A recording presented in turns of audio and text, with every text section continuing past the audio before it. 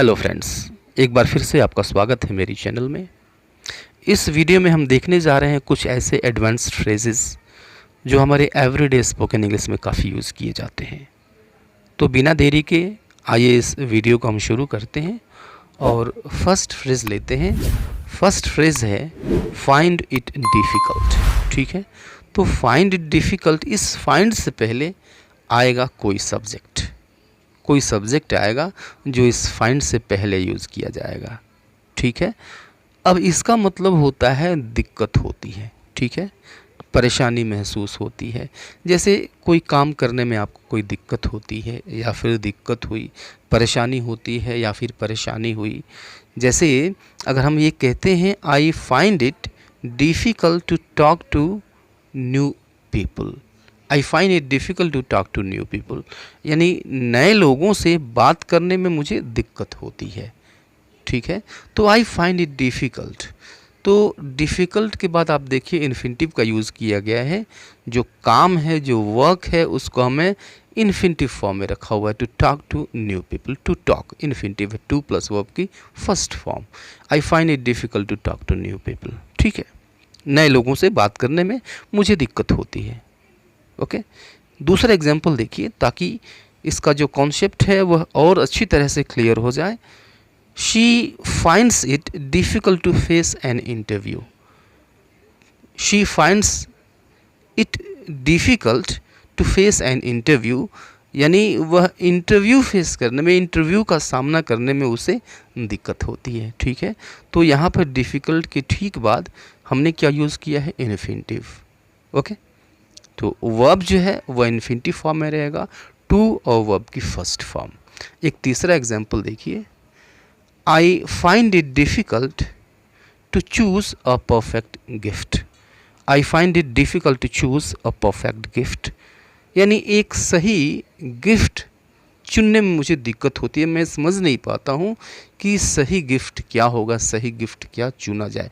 मुझे सही गिफ्ट चुनने में दिक्कत होती है। ठीक है, चूज़ का मतलब होता है चुनना। ओके, तो this was the first expression, this was the first phrase. Now let us go towards the second phrase. Second phrase is this is not the वे। काफ़ी पॉपुलर फ्रेज है ये, दिस इज़ नॉट द वे। ठीक है, ये कोई तरीका नहीं है। ओके, हिंदी में इसका मतलब होता है ये कोई तरीका नहीं है। रोज़ रोज़ यूज़ करना पड़ता है हमको। This is not the way to talk to elders. ठीक है, हम अपने छोटों को कहते हैं कि ये बड़ों से बात करने का कोई तरीका नहीं है। ठीक है, बहुत बार उन्हें हम सिखाते हैं कि ऐसे हम बात करते हैं, ऐसे हम खाते हैं, ऐसे हम चलते हैं, हम ऐसे बैठते हैं, राइट, या फिर इस तरह से नहीं करते हैं, ये कोई तरीका नहीं है। तो this is not the way to talk to elders, यानी बड़ों से बात करने का ये कोई तरीका नहीं है। ठीक है, दूसरा एग्जाम्पल देखिए, this is not the way to sit. This is not the way to sit. ठीक है, यानी ये कोई तरीका नहीं है बैठने का। This is not the way to sit, ये कोई तरीका नहीं है बैठने का। या फिर इस सेंटेंस को देखिए, this is not the way to eat. ये कोई खाने का तरीका नहीं है। ठीक है, आधा खाओ आधा नीचे गिराओ, ये कोई खाने का तरीका नहीं है। This is not the way to eat. ठीक है, so it was the second expression. Let us move towards the next expression. Next expression है आई कैन नॉट बिलीव। ठीक है, आई कैन नॉट बिलीव, तो आई कैन नॉट बिलीव इसका अर्थ क्या निकलता है? इसका अर्थ निकलता है मुझे विश्वास नहीं होता। ठीक है, या फिर मुझे विश्वास नहीं हो रहा है। ओके, तो I can not believe present में, पास्ट में कहना होगा तो आप कहेंगे आई कुडंट बिलीव।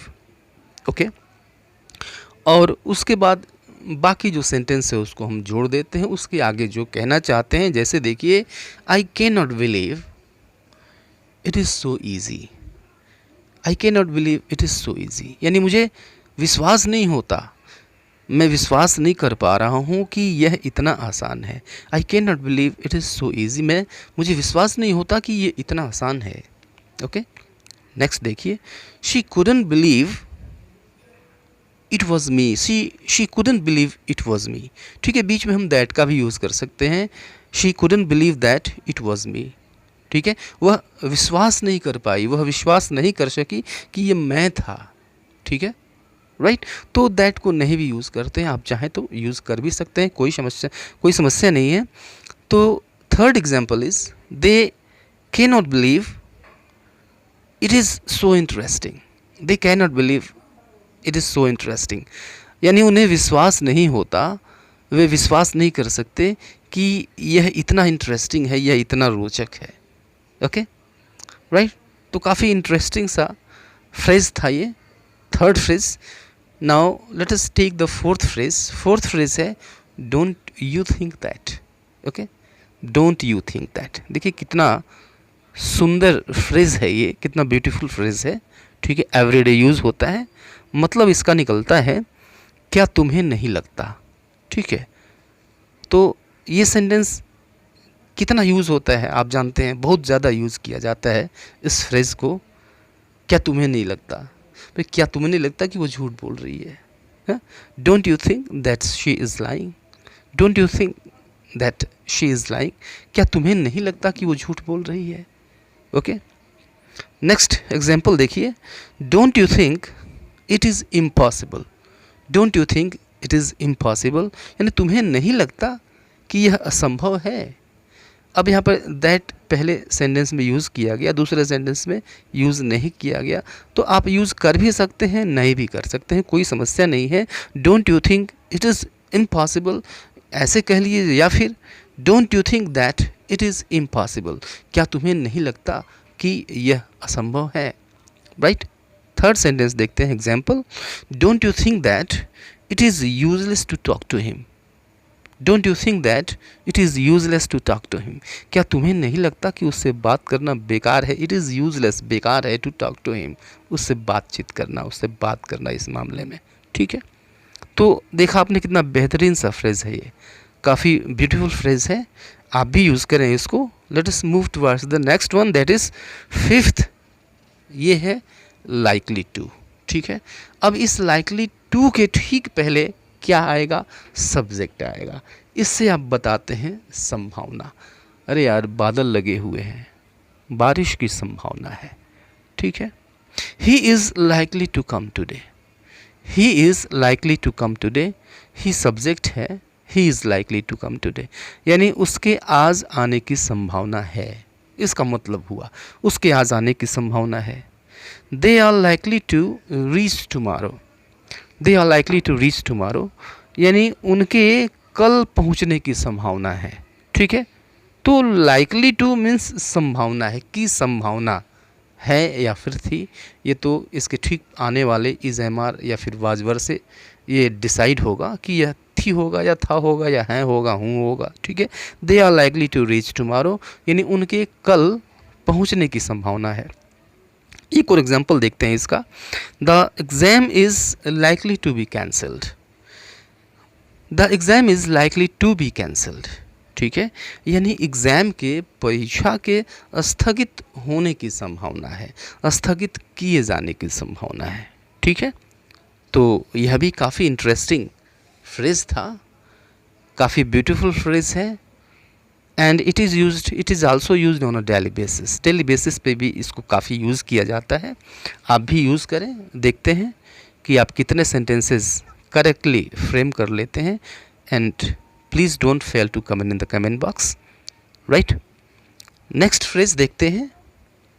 उससे पहले, आगे बढ़ने से पहले मैं आपसे ये रिक्वेस्ट करना चाहूँगा कि अगर वीडियो पसंद आ रहा हो तो अभी इसको लाइक कर दीजिए, वरना बाद में आप लाइक करना भूल जाते हैं, तो लाइक अभी कर दीजिए। चैनल सब्सक्राइब नहीं किया है तो सब्सक्राइब देखते रहिए और सब्सक्राइब कर दीजिए, फिर आगे देखिए। देखते हैं नेक्स्ट है only God knows, only God knows, यानी सिर्फ भगवान जानता है या फिर भगवान ही जानता है, हिंदी में इसका अर्थ हुआ भगवान ही जानता है, ये हिंदी में अर्थ हुआ इसका, ठीक है। तो आप सोच के देखिए कि यह जो फ्रेज़ है ये आप दिन में कितनी बार यूज़ करते हैं, कब कब यूज़ करते हैं? काफ़ी यूज़ करते हैं, ऑब्वियसली एवरीडे यूज़ करते हैं, बहुत बार यूज़ करते हैं, ठीक है। एग्जाम्पल देखिए, only God nose what will happen, ठीक है। अब जब कुछ वश में नहीं रहता तो फिर आप कह देते हैं यार only God nose what will happen, भगवान ही जानता है कि क्या होगा। ठीक है, काफ़ी ब्यूटीफुल फ्रेज है ये। Only God knows why he said so, only God knows why he said so, यानी भगवान ही जानता है कि उसने ऐसा क्यों कहा। यानी उम्मीद तो नहीं थी कि वो ऐसा कहेगा, लेकिन ऐसा क्यों कहा, what was the reason behind it, nobody knows, only God knows, only God knows why he said so, केवल भगवान ही जानता है कि उसने ऐसा क्यों कहा।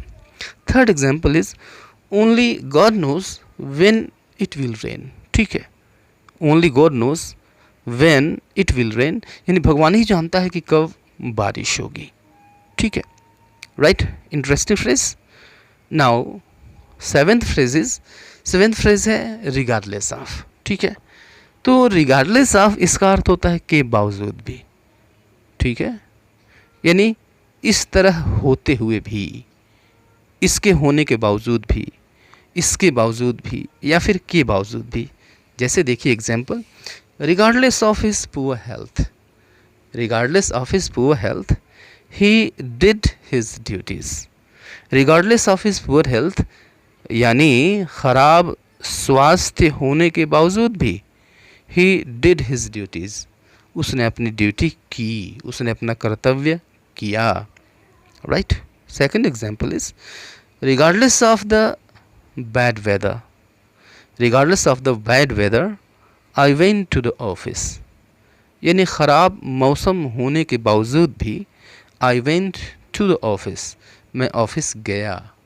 Right, and third example is regardless of the danger he went on the trip to Haridwar, regardless of the danger he went on the trip to Haridwar, यानी ख़तरा होने के बावजूद भी वह अपने हरिद्वार के ट्रिप पर गया। ठीक है, तो these were 7 advanced phrases which can be used, which can be possibly used by you to beautify your language, अपने लैंग्वेज को और ज़्यादा ब्यूटीफाई कर सकते हैं, इफ़ेक्टिव बना सकते हैं। ठीक है, तो अभी के लिए इतना ही, मिलते हैं नेक्स्ट वीडियो में, तब तक के लिए गुड बाय एंड टेक